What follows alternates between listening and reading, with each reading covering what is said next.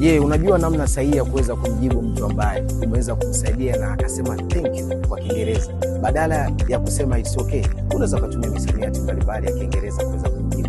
Msamiati wa kwanza unaweza kusema don't mention it, my pleasure, glad I could help, anytime. Lakini pia namna ya kuweza kumwambia mtu aweze kurudia kile alichokisema kwa Kiingereza. Badala ya kusema I didn't hear, unaweza kutumia misamiati mbalimbali. Kwa mfano, come again, pardon, or I beg your pardon. Au unaweza kusema can you say one more time. Hiyo ni namna mbalimbali ya kuweza kumwambia mtu aweze kurudia kile alichoweza kusema. Sambamba na hayo, ukitaka kumwambia mtu apande juu ya pikipiki ama baiskeli, unaweza kumwambia hop on.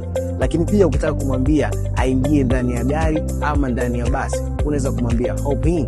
Bwana, mimi ni Isa Mwimbi, ulikuwa na mimi katika Jifunze Kiingereza Nao.